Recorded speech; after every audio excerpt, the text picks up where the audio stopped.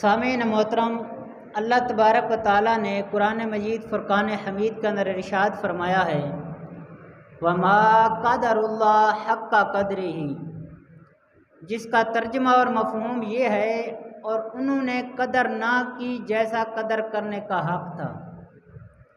یعنی رب تبارک و تعالیٰ نے ہمیں پیدا کیا ہے تو جیسے ہی اس کی نعمتوں کا قدر کرنے کا حق تھا ہم نے نہ کیا، کیونکہ اللہ تعالیٰ ارشاد فرماتا ہے وَإِن تَعُدُّوا نِعْمَتَ اللَّهِ لَا تُحْصُوهَا، کہ اگر تم میری نعمتوں کو شمار کرنا چاہو تو شمار نہیں کر سکو گے۔ یعنی رب تبارک و تعالیٰ کی نعمتیں اتنی زیادہ ہیں کہ اگر ہم ان کو شمار کرنا بھی چاہیں تو شمار نہیں کر سکتے۔ تو سامعین محترم، دیکھیے نا، اللہ تبارک تعالیٰ نے ہم پر کتنے انعام کیے، کتنے کرم کیے، ہم پر کتنے احسانات کیے۔ رب تبارک و تعالیٰ کی نعمتیں اتنی ہیں کہ جن کو ہم شمار نہیں کر سکتے۔ اللہ تعالیٰ کا احسان دیکھیے اور نعمت دیکھیے کہ رب تبارک تعالیٰ نے ہمیں ارباں کروڑوں مخلوقات میں سے انسان بنایا ہے، اور رب فرماتا ہے کہ انسان بھی کیسا بنایا ہے، ایسا انسان نہیں جو گائے کا پیشاب پیتا ہے، جو بتوں کی پوجا کرتا ہے، جو درختوں کو سجدے کرتا ہے، چاند سورج ستاروں کے سامنے جھک جاتا ہے۔ ایسا انسان بھی تمہیں نہیں بنایا، بلکہ انسان بھی وہ بنایا ہے جو جھکتا ہے تو صرف اپنے رب کے سامنے جھکتا ہے، اپنے رب کو سجدہ کرتا ہے۔ اس کے بعد دیکھیے کہ رب تبارک تعالیٰ نے ہم پر یہ بڑا احسان کیا، بڑی رب تعالیٰ کی نعمت ہے، لیکن ہم نے اس کی قدر نہ کی۔ اس کے بعد اللہ تبارک تعالیٰ نے ہمیں انسان تو بنایا، لیکن انسان بنایا کیسا ہے کہ ہمیں حضور نبی کریم علیہ السلام کی امت میں پیدا فرمایا ہے۔ دیکھیے کہ وہ نبی جس کی امت میں آنے کے لیے نبی دعائیں مانگتے رہے، یا اللہ ہمیں اس امت میں سے بنا دے۔ اس محبوب کی امت میں رب تعالیٰ نے ہمیں پیدا کیا، حضرت موسیٰ علیہ السلام کی امت میں پیدا نہ کیا۔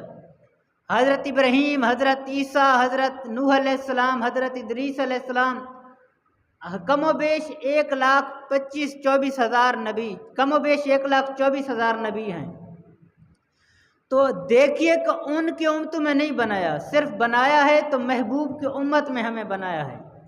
ہم نے اس احسان کی قدر بھی نہ کی، اور اس امت میں جس میں صدیق اکبر جیسی شخصیت بھی ہے، حضرت عمر فاروق جیسی شخصیت بھی ہے، حضرت عثمان، مولا علی، حضرت امام حسنین کریمین، حضرت امیر معاویہ، طلحہ، زبیر، اس طرح کتنے جیے صحابہ کرام جس امت کے اندر ہیں، اس امت کے اندر رب تعالیٰ نے ہمیں پیدا فرمایا اور اس محبوب کا امتی بنایا جن کے چہرے کو والضحیٰ والا چہرہ بنایا، جن کی زلفوں کو واللیل والی زلفیں بنائی، سینہ ہے تو علم نشرہ والا، ہاتھ ہیں تو ید اللہ۔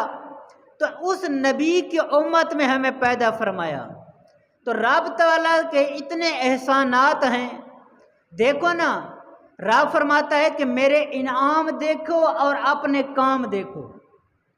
ہمارے کام تو ایسے ہیں کہ ہم نے رب کی قدر نہیں کی، رب کے جتنے احسانات ہیں ہم ان کو بھول گئے، ان کا شکر ادا نہ کیا۔ جنہوں نے شکر ادا کیا، جنہوں نے قدر کی ہے، ان سے پوچھئے کہ دین کی شان کیا ہے۔ دیکھیں کہ جنہوں نے قدر کی وہ چاہے تپتے صحراؤں میں تھے، سینے کے اوپر پتھر تھے، زمین تانبے کی طرح گرم تھی، تو پھر بھی ان کی زبان پر کلمہ جاری رہا۔ جنہوں نے قدر کی ہے دین کی، جنہوں نے رب کی قدر کی ہے، ان کے گلے کے اوپر خنجر تھا، زبان کے اوپر سبحان ربی الاعلیٰ تھا۔ جنہوں نے دین کی قدر کی ہے، رب کی قدر کی ہے، ان کے سر تو نیزے کے اوپر تھے لیکن زبان کے اوپر قرآن کریم کی تلاوت تھی۔ جن لوگوں نے دین کی قدر کی ہے ان کے جسم کے ٹکڑے ٹکڑے ہو گئے، ان کے جسم کو ٹکڑے ٹکڑے کر دیا گیا، لیکن پھر بھی ان کی زبانوں پر کلمہ جاری رہا، قدر تو انہوں نے کیا، ہم نے تو قدر کی بھی نہیں ہے۔ تو سامعین محترم، ہمیں رب کی قدر کرنی چاہیے۔ رب فرماتا ہے کہ جیسے ہی قدر کرنی تھی تم نے ویسی قدر کی نہیں ہے۔ وہ ہم پر کتنا مہربان رب ہے۔ دیکھو صحابہ کرام جیسے روزے رکھتے انہیں ثواب ملتا، ہمیں بھی ثواب ملتا ہے۔ صحابہ نمازیں پڑھتے انہیں ثواب ملتا تھا، ہم نمازیں پڑھیں ہمیں بھی ثواب ملتا ہے۔ اور اس کے علاوہ رب تعالیٰ نے ہمارے لیے بخشش کے کتنے ذرائع بنا دیے۔ رب کے کتنے احسان ہیں، کتنی نعمتیں ہیں، لیکن ہم نے نعمتوں کی قدر نہ کی، ہم رب کو بھول بیٹھے۔ ہمارے بخشش کے اتنے ذریعے بنائے کہ میرا بندہ کسی بہانے سے بخشا جائے۔ جمعہ کا دن ہے، ایک نیکی کرو 70 کا ثواب ملتا ہے۔ اللہ تعالیٰ نے ہماری بخشش کے ذریعے بنائے، ہمیں ایسی راتیں عطا فرمائیں کہ ایک رات کو عبادت کرو کئی ہزار سالوں کی عبادت کا ثواب مل جاتا ہے۔ کیوں؟ ہماری بخشش کے بہانے بنے۔ اور ہمیں خوشیاں کتنی عطا فرمائیں کہ میرا بندہ خوش ہو جائے، پھر مجھ سے راضی ہو جائے، میں اپنے بندے سے راضی ہو جاؤں۔ رب کے اتنے احسان ہے کہ ہم ان کو قدر نہیں کر پائے، شکر ادا نہیں کیا۔ کبھی رب تبارک و تعالیٰ بیٹا دیتا ہے تو خوشی، کبھی پوتا دیتا ہے تو خوشی، کبھی ان کی شادی ہوئی تو پھر خوشی، کبھی ان کی نوکری لگی تو پھر خوشی۔ یہ سارے مواقع رب تعالیٰ کیوں دے رہا ہے؟ اس لیے دے رہا ہے کہ میرا بندہ میری قدر کرے، میں اپنے بندے سے راضی ہو جاؤں۔ آپ دیکھو کہ خوشی کا موقع آتا ہے تو بندہ کیا کرتا ہے کہ جو اپنے عزیز و اقارب ناراض ہوتے ہیں انہیں منانے کے لیے چلا جاتا ہے۔ یہاں تک بھی دیکھنے کو ملا ہے کہ اگر کوئی رشتہ دار صلح نہ کر رہے ہوں، خوشی کا موقع ہو تو گھر کی عورتیں بھی چل کر جاتی ہیں، پھر بھی وہ نہ مانے تو عورتیں اپنا دوپٹہ اتار کر ان کے قدموں پر رکھ دیتی ہیں۔ وجہ کیا ہے؟ کہ ہمارا رشتہ دار، ہمارا بھائی، ہمارا چچا، ہمارا ماموں ہم سے راضی ہو جائے۔ اگر کوئی سیاسی کسی کی بات ماننے والا ہو تو ہم اس سیاسی کو لے جاتے ہیں، اس کی سفارش کرواتے ہیں تاکہ ہم سے وہ راضی ہو جائے، ہم سے صلح کرا لے۔ کبھی رب کو بھی منانے کے لیے سفارشیں کی ہیں، رب کو منانے کے طریقے اختیار کیے ہیں۔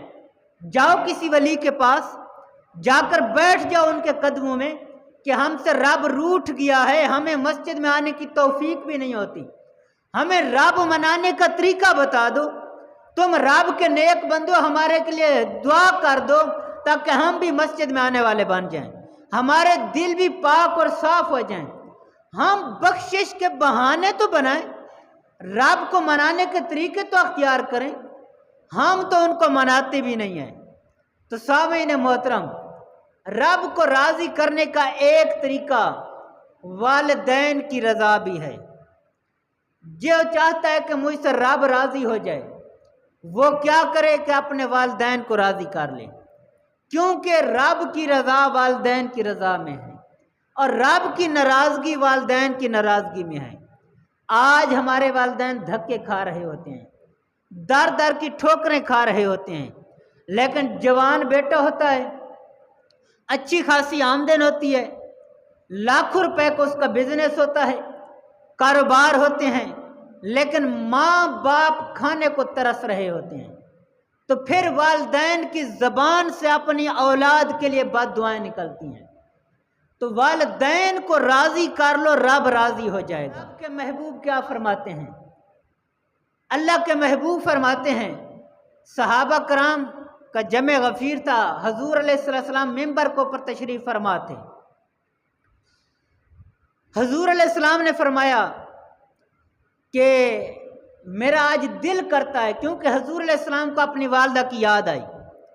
پھر حضور علیہ السلام نے فرمایا کہ میرا دل کرتا ہے کہ بلال نے اذان دے دیو، اقامت کہنے والے نے اقامت کہہ دیو، اور میں مصلی کے اوپر کھڑا ہو گیا ہوں، نماز کی تکبیر تحریمہ کہہ لیو، اس کے بعد سورہ فاتحہ کی تلاوت ہو چکی ہو، تو ساتھ ہی حجرے کے اندر میری ماں بیٹھی ہو اور وہ اس وقت آواز دے، اے بیٹا محمد ادھر آ جا، تو مجھے رب جلیل کی قسم ہے نماز توڑ دیتا، پہلے والدہ کی جا کر بات سنتا۔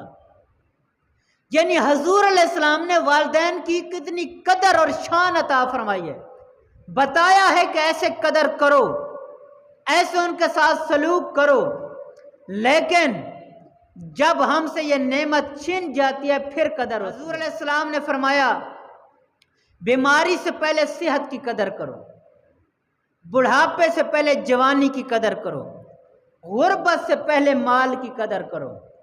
وجہ کیا تھی یہ بیان کرنے کی؟ مقصد یہ تھا کہ جب نعمت موجود ہو قدر اس وقت کیا کرو، یہ نہ ہو کہ جوانی گزر جائے پھر جب بڑھاپا آئے تو اس وقت تمہیں یاد ہے کہ ہائے جوانی تو گزر گئی، میں نے کچھ کما لینا تھا، میں نے قبر کے لیے تیاری کر لینی تھی، آخرت کے لیے کچھ کما لینا تھا، اب پچھتاوا ہے اور کچھ نہیں ہے۔ تو ایسے ہی والدین جب موجود ہیں اس وقت ان کی قدر کرو، ان کی برکتیں لیں، ان کی دعائیں لیں، تو رب تم سے راضی ہو جائے گا۔ ایک علامہ صاحب فرماتے ہیں کہ خواجہ قمر الدین سیالوی، سیال شریف والے بزرگ، یہ اتنا بڑا آستانہ ہے کہ خواجہ قمر الدین سیالوی کے بیٹے کے بارے میں ملتا ہے، انہوں نے جب چلہ کیا تھا، جب اللہ تعالیٰ کی یاد میں بیٹھے رہے، ورد وظیفے کرتے رہے، اور جب ان کا وظیفہ چلہ مکمل ہوا تو رب تعالیٰ نے اتنا کرم کیا کہ اپنے محبوب کو ان کی طرف بھیجا۔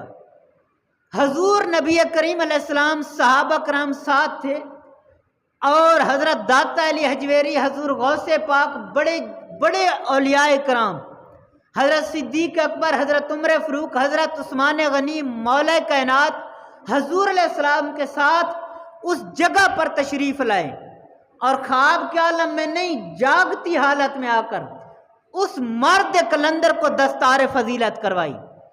اس جگہ کی زیارت میں عید والے دن کر کے آیا ہوں۔ بڑے خوش نصیب لوگ ہیں جو اس جگہ کی زیارت کرتے جہاں حضور علیہ السلام کے قدم لگے ہیں۔ اللہ تعالی ہم سب کو بار بار وہاں لے جائیں۔ تو سامعین محترم، وہ خواجہ قمر الدین سیالوی فرماتے ہیں کہ محفل تھی، علماء بیٹھے تھے، نعت خوان بیٹھے تھے، مجمع بہت زیادہ تھا۔ خواجہ قمر الدین سیالوی فرماتے ہیں یہ بتاؤ کہ رب کے محبوب نے فرمایا ہے کہ جنت ماں کے قدموں کے نیچے ہے، آج تک یہ بتاؤ کہ صبح کے وقت جب گھر سے نکلتے ہو تو کون کون تم میں سے ماں کے قدم چومتا ہے؟ ماں کے قدم چوما، اس کے نیچے جنت ہے، کون کون قدم چوم کر نکلتا ہے؟ تو اس وقت کسی کے اندر اتنی استطاعت نہیں تھی، طاقت نہیں تھی کہ کھڑے ہو کر جواب دے۔ سناٹا چھا گیا محفل کے اندر۔ خواجہ قمر الدین سیالوی جلال میں آ کر جواب دیتے ہیں، اے لوگو، جس کو تم شیخ الحدیث کہتے ہو، جس کو تم ہاتھ چومتے ہو، آئے تو جگہ دیتے ہو بیٹھنے کے لیے، اگر راستے سے گزر رہا ہو تو تم ادب کے لیے کھڑے ہو جاتے ہو، وہ خواجہ قمر الدین سیالوی آج بھی گھر سے نکلتا ہے تو ماں کے قدم چوم کر نکلتا ہے۔ تو پھر کیا ہوتا ہے کہ کامیابی قمر الدین سیالوی کے قدم چومتی ہے۔ آج اگر ہم چاہتے ہیں کہ ہمارے لیے کامیابیاں ہوں تو ماں باپ کی دعائیں لیں۔ آج کیا ہوتا ہے، کاروبار کی جاتا ہے تو پھر کاروبار کے افتتاح کے لیے پیر صاحب کو بلایا جاتا ہے یا کسی عہدہ دار کو بلایا جاتا ہے۔ بلوائیں، جائز ہے، برکت کے لیے انہیں بلوائیں، لیکن جو افتتاح کروائیں، جو گھر میں مرشد بیٹھا ہے، باپ کے ہاتھوں سے کروائیں۔ کہ پیر لاکھوں دعائیں مانگے، پتہ نہیں اس کی قبول ہوگی کہ نہیں ہوگی، اگر باپ دل سے بیٹے یا بیٹی کے لیے دعا کر دے تو رب اس کی دعا کو رد فرماتے ہی نہیں ہے۔ لیکن کیا ہوتا ہے، ہم جب وہ زندہ ہوتے ہیں تو ان کی قدر نہیں کرتے، جب وہ اس دنیا سے چلے جاتے ہیں تو پھر ہم ان کے لیے دیگیں پکواتے ہیں، لنگر کرتے ہیں، محفلیں کرتے ہیں۔ جب زندہ تھے تو ایک ایک لقمے کو اور کسی شاعر نے کہا، کیتی جوندیاں قدر نہ ماں پیو دی، مویاں ڈھونگ رچان دا کی فائدہ، سا ہوندیاں بھوک نہ پیاس بجھی، پچھو دیگاں چڑھان دا کی فائدہ، پہلے کول بہ کے دکھڑا پوچھیا ہی نہیں، پچھو رون کرلان دا کی فائدہ، صفدر جنہ تے ماں پیو ناراض گئے، انہاں نو مکے وال جان دا کی فائدہ۔